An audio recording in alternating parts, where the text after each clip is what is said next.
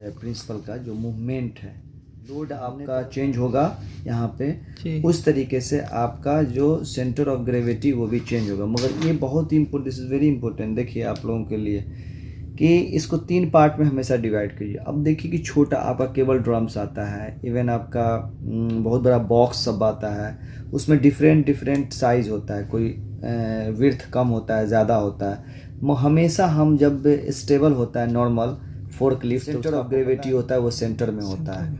और हमेशा हम जब कैलकुलेट करेंगे, यहाँ पे बताने का मीनिंग ये है कि आप सेफ लिफ्टिंग कैसे कैलकुलेट कीजिएगा। तो सेफ हमेशा याद रखिए, ये जो है आपका पोर्शन, इसी को बोलते हैं फुलक्रम लोड, ठीक है। फुलक्रम आप बोल सकते हैं, फुलक्रम लोड या फुलक्रम आप मतलब मूवमेंट कुछ भी बोल सकते हैं, या स्टेबिलिटी बोल सकते हैं। हमेशा इसी से काउंट करना है। और जो लेफ्ट साइड आप जो देखते लोड का मूवमेंट हुआ, इधर जो हुआ ये फोर्कलिफ्ट का मूवमेंट हुआ, इधर जितना भी मूवमेंट हम कहलाएगा ये फोर्कलिफ्ट, ये दोनों इक्वल होनी चाहिए, ठीक है। सेंटर लाइन से देखिए ये दोनों इक्वल होना चाहिए। फॉर एग्जांपल अगर यही मटेरियल्स आप ये साइज पे आप उठाएंगे तो आप देख सकते हैं कि ये ज़्यादा हो जाएगा, ये आपका ये ज़्यादा हो जाएगा है।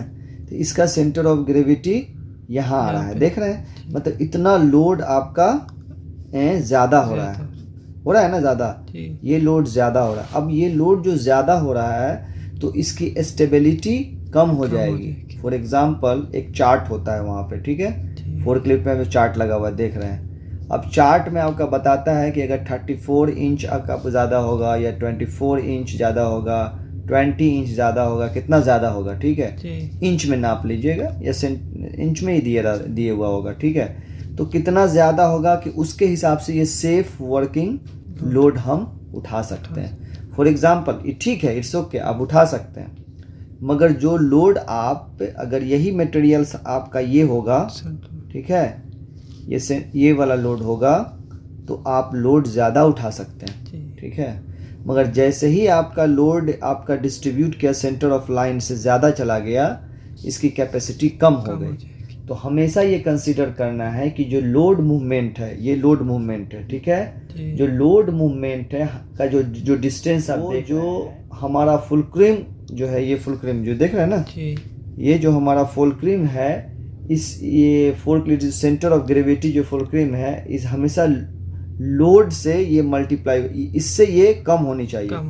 ये फोर्कलिफ्ट मूवमेंट जो है ये लोड मूवमेंट कम होनी चाहिए।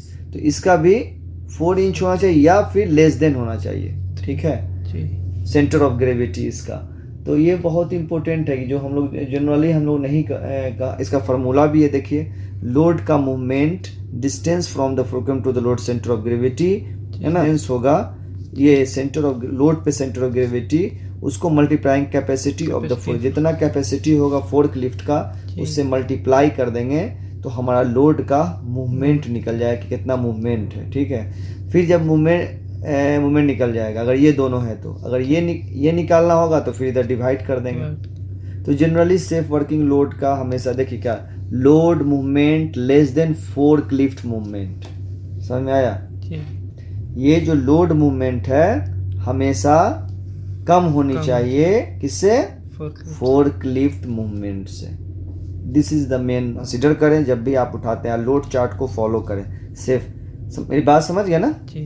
इसमें 3 पार्ट में डिवाइड किया। इसका फुलक्रम आपका जो है वो सेंटर में है, और जब नॉर्मल रहता है तो सेंटर ऑफ ग्रेविटी जो आपका यहाँ होता है, तो इस डिस्टेंस को हम लोग फोर्कलिफ्ट मूवमेंट बोलते हैं। यहाँ से यहाँ तक के लोड, जो लोड उठाते हैं तो ये इसको भी हम लोड मूवमेंट बोलते हैं। और सेंटर ऑफ ग्रेविटी इसका इस तरीके से मेजर करेंगे। इसका सेंटर ऑफ ग्रेविटी कहाँ आ रहा है, यहाँ आ रहा है, ठीक है। तो अब लोड कम वेट उठाएगा ना, राइट। अगर डिस्टेंस ज्यादा हो जाएगा तो और भी ज्यादा मुश्किल है, सेंटर ऑफ ग्रेविटी तो यही आएगा, ज्यादा हो जाएगा। यहाँ बोल रहा है लोड मूवमेंट कम होनी चाहिए, किससे, फोर्कलिफ्ट मूवमेंट्स।